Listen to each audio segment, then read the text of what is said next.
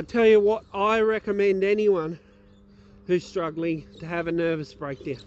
It's the best thing you can ever do for yourself, because that's when you'll make real change. It's very hard to change, but if you have a nervous breakdown, then you can't just force it.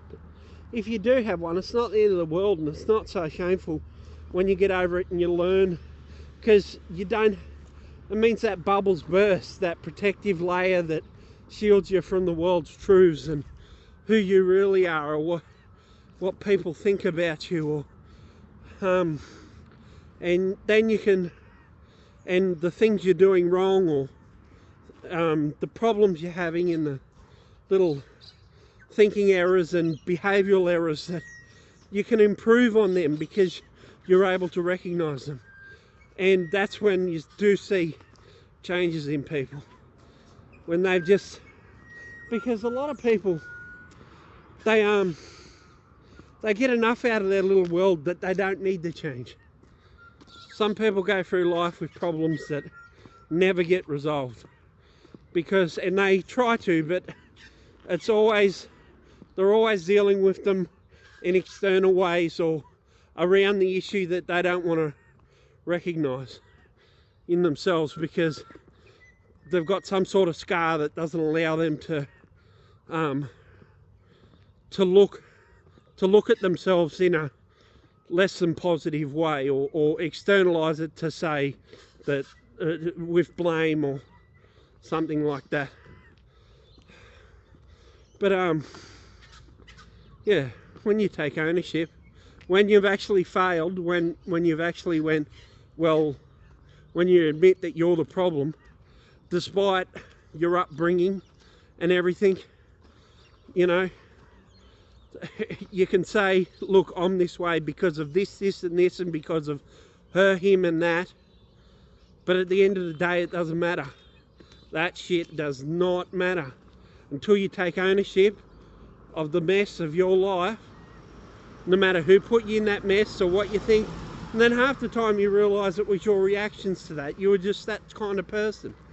You got to be hard on yourself, but you also at some stage got to be gentle on yourself so you don't end up doing something silly. You've got to be able to live with yourself, which is not hard when you put things in perspective. But when you're trying to protect yourself from something and then it's exposed, it's a dark period. But there's light after that if you don't do something silly, and at some stage work out what you can do. And the situations that are terrible that people have been forced into, that, you know, they've got no blame for. It's just situations where generally it's out of malevolence caused by somebody else. But at the end of the day, the only way to get past it is to work on those problems and work on yourself, and try not to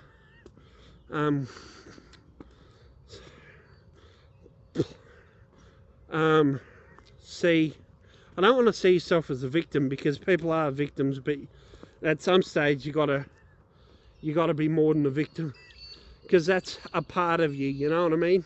That's a part of you, but that's not issue. That's like when I got my diagnosis for schizophrenia. I used to tell people, I'm schizophrenic, I'm a schizophrenic, I'm a schizophrenic. And I saw that illness as me. But when I started seeing it as, I have schizophrenia, and that's a part of my life, but it's not everything about me. Like, I don't define myself as that. I'm a whole lot more than that, and I've certainly and in doing so, you prove it, you know. Yeah, I live a rich life. I'm not rich monetarily, but rich as in happy, healthy to an extent, got a big belly. So I'm not the fastest runner. If you get what I mean. I don't like both feet off the ground at the same time. I only like 1 foot off the ground. So when I run, it's more of a lifting my legs a bit higher. But that's something I can improve, and hopefully I will. But it's hard. Once you put on weight, it's very hard to lose it, because it's sort of like you go on a diet and then you yo-yo and you end up putting on 10 extra kilos, and it's so hard to carry that around if you want to do a 10-mile run. But yeah, generally my life's good. I could be more influential if I was skinnier, but I was looking on YouTube, all the faces on the YouTube thumbnails, all skinny bastards. Motherfuckers. Us fat people are put in the corner. He's all sit Ricky in the corner. He's got a big belly. That's alright. Ricky's doing good. What else? What were we talking about originally? Oh yeah. So you can see the world in a real way. There's easy ways to sort of have filters in your mind that don't let you see things clearly, which sort of warp your reality. But that can be overcome, I think, by pretty much anyone. I think the thing is education and self-awareness, but not self-awareness in the fact that, oh, I'm going to think about myself and come to conclusions, because your brain will just protect itself. You need to educate and then reflect based on that education. That's where the real changes come. Thanks guys, see ya.